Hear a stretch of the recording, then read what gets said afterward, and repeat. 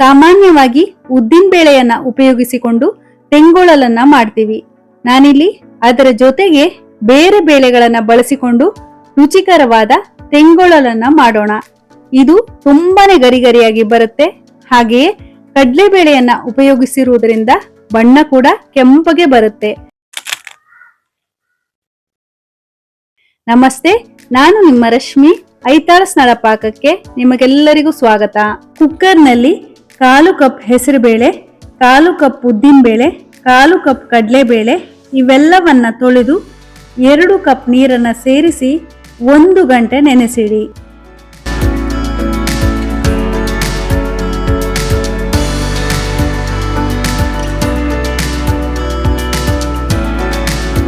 ಒಂದು ಗಂಟೆಯ ನಂತರ 2 ವಿಸಿಲ್ ಕೂಗಿಸಿ ಆರಲು ಬಿಡಿ.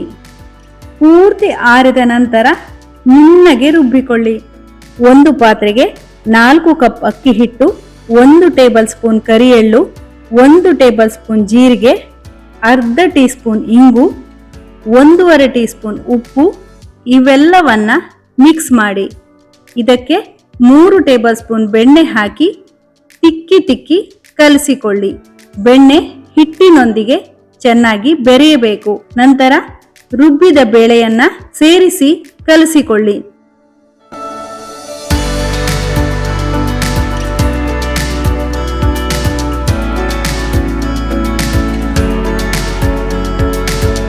ನಾನಿಲ್ಲಿ ಸರಿಸುಮಾರು 1 ಕಪ್ ನೀರನ್ನ ಸೇರಿಸಿದ್ದೀನಿ. ಸ್ವಲ್ಪ ನೀರನ್ನ ಸೇರಿಸಿ ಹಿಟ್ಟನ್ನ ಕಲಸಿಕೊಂಡು 10 ನಿಮಿಷದ ತನಕ ನಾದಬೇಕು. ಹಿಟ್ಟು ಈ ರೀತಿ ಇರಲಿ. ಅಗತ್ಯವಿರುವಷ್ಟು ಹಿಟ್ಟನ್ನ ತೆಗೆದುಕೊಂಡು ಉಳಿದವುಗಳಿಗೆ ಒದ್ದೆ ಬಟ್ಟೆ ಮುಚ್ಚಿಡಿ. ಅದು ಒಣಗಬಾರದು. ಎಣ್ಣೆ ಸವರಿದ ಅಚ್ಚಿನಲ್ಲಿ ನಾದಿದ ಹಿಟ್ಟನ್ನು ಹಾಕಿ ತೆಂಗೊಳಲನ್ನು ಬಟರ್ ಪೇಪರ್ ಅಥವಾ ದಪ್ಪ ಪ್ಲಾಸ್ಟಿಕ್ ಮೇಲೆ ಒತ್ತಿ. ಪ್ರತಿ ಸಾರಿನೂ ಹಿಟ್ಟನ್ನ ಚೆನ್ನಾಗಿ ನಾದಿಕೊಂಡೇ ಅಚ್ಚಿನಲ್ಲಿ ಹಾಕಬೇಕಾಗುತ್ತದೆ. ಇಲ್ಲದಿದ್ರೆ ತೆಂಗೊಳಲು ಗಟ್ಟಿ ಬರುತ್ತೆ ಅಥವಾ ಸುತ್ತಬೇಕಿದ್ರೆ ಮಧ್ಯ ತುಂಡಾಗುತ್ತದೆ. ನಂತರ ಕಾದ ಎಣ್ಣೆಯಲ್ಲಿ ಮಾಡಿಕೊಂಡಿರುವ ತೆಂಗೊಳಲನ್ನ ಹಾಕಿ ಮಧ್ಯಮ ಉರಿ ಇರಲಿ. 2 ನಿಮಿಷದ ನಂತರ ತಿರುವಿ ಹಾಕಿ ಎರಡೂ ಕಡೆ ಗರಿಯಾಗುವ ತನಕ ಫ್ರೈ ಮಾಡಬೇಕು.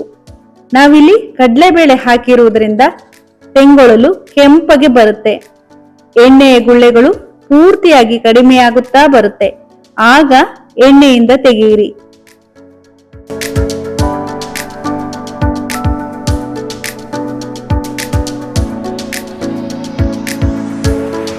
ಜಾಸ್ತಿ ಕ್ರಿಸ್ಪಿ ಬೇಕೆನಿಸಿದ್ರೆ ಡಬಲ್ ಫ್ರೈ ಬೇಕಿದ್ರೂ ಮಾಡಬಹುದು. ಈಗ ರುಚಿಯಾದ ಬೇಳೆಗಳಿಂದ ಮಾಡಿದ ತೆಂಗೊಳಲು ರೆಡಿಯಾಗಿದೆ. ಹಾಗಿದ್ರೆ ನೀವು ಒಮ್ಮೆ ಟ್ರೈ ಮಾಡಿ ನೋಡಿ. ಈ ವಿಡಿಯೋ ನಿಮಗೆ ಇಷ್ಟ ಆಗಿದ್ರೆ ಲೈಕ್ ಮಾಡಿ, ಶೇರ್ ಮಾಡಿ, ಹಾಗೆಯೇ ನಮ್ಮ ಚಾನಲ್ಗೆ ಸಬ್ಸ್ಕ್ರೈಬ್ ಮಾಡೋದನ್ನ ಮರಿಬೇಡಿ. ಧನ್ಯವಾದಗಳು.